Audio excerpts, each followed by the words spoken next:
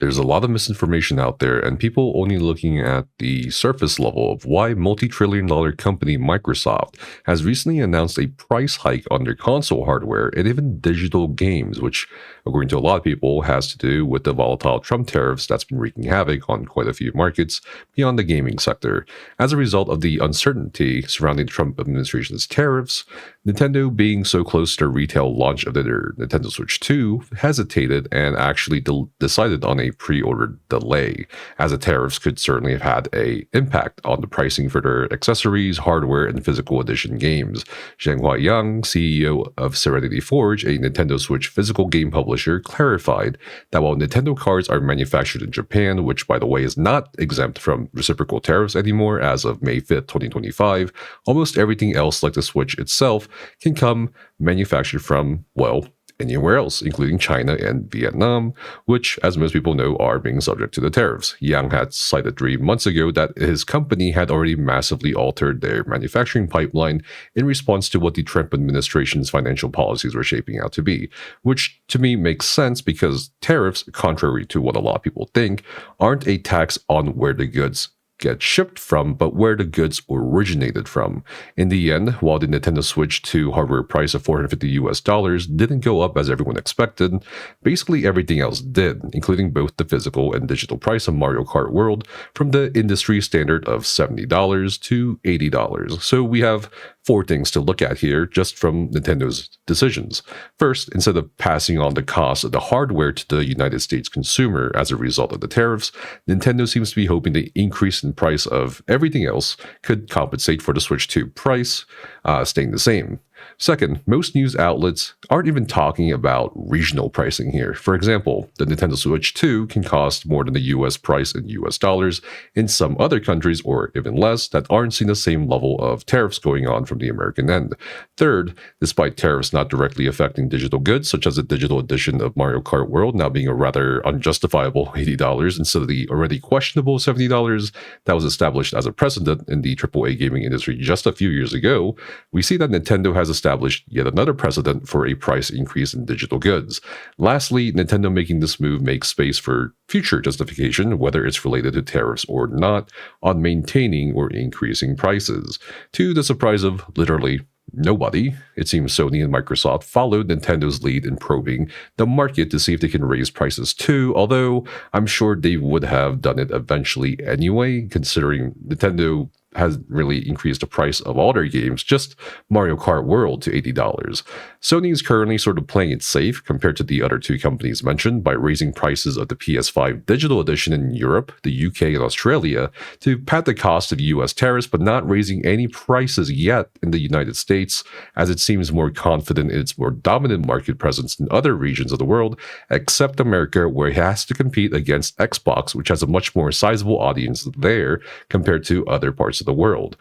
Sony is also being vague about how we could also see price increases for basically everything in the future, which undoubtedly is going to drive their and other companies' sales in the short term, so people can avoid unannounced or already announced price hikes in the future. Now, there's a lot of poppycock surrounding Microsoft's puzzling decisions here in terms of their pricings, so let's go over it. In Europe, the Series X increased from €500 to €600, with similar price changes in the UK and Australia. All Xbox wireless controllers saw a price hike, and only in the United States and Canada the Xbox headsets saw a price hike. It might be astonishing to a lot of people that for a console not in high demand, the prices will go up this much all over the world, regardless of the American tariffs. The only thing I see here is, particularly with the global price hikes outside of the United States, is probably Microsoft trying to maintain its console presence in the US market without shaking the boat too much by offloading a lot of the tariff cost on other regions of the world,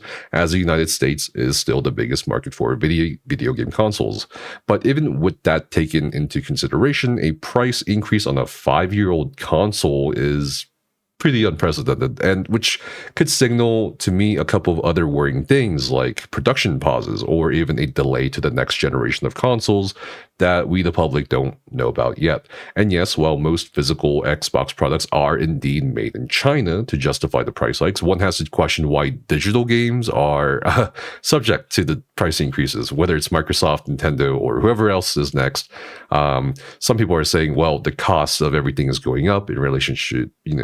to tariffs, foreign exchange rates, and such. So maybe Ubisoft, Microsoft, and whatever other company out there needs to make sure they can pay employees their budgets and what have you, which is bullshit, because even before these tariffs, even before the current rate of inflation since 2022, there have been over 21,000 layoffs in the gaming industry, a period of time in which most companies have broken their own records in sales in the tens of millions of billions. Sure, we could maybe blame the tariffs for digital game price increases right now instead of the poor management decisions of various executives in determining how many millions should be spent on a single game or seeking the highest profit margin possible at the costly expense of developers that actually make the games. We could also ignore the fact that costs were already being cut as much as possible in a lot of companies by them outsourcing work on games to developer sweatshops in Indonesia and other parts of the world that abuse their workers while paying them a pittance. Let's also ignore the fact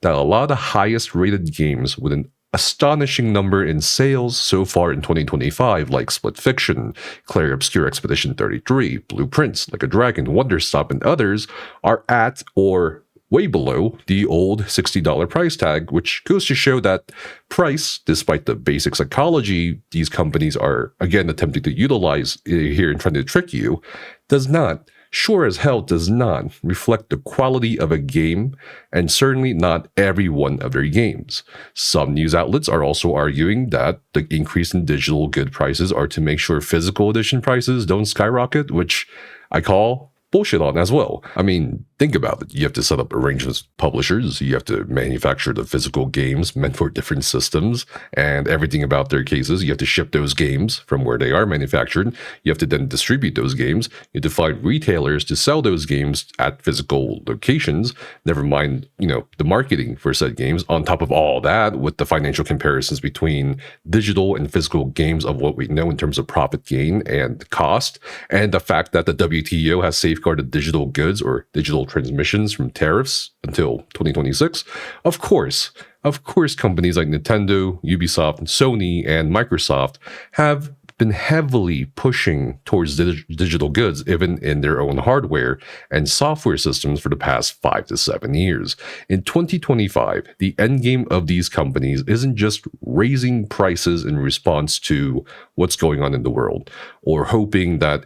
$80 will be the new norm simply because they raised the price. These companies aren't filled with stupid people. They know exactly what they're doing. They already have solutions for you. How about you entrench yourself into the ecosystems they built for you for these kinds of problems? Game shared, play anywhere. Or how about instead of spending $80 or $70 with all these great games coming out, you can spend $12 or $18 a month on a monthly subscription to get those games for free.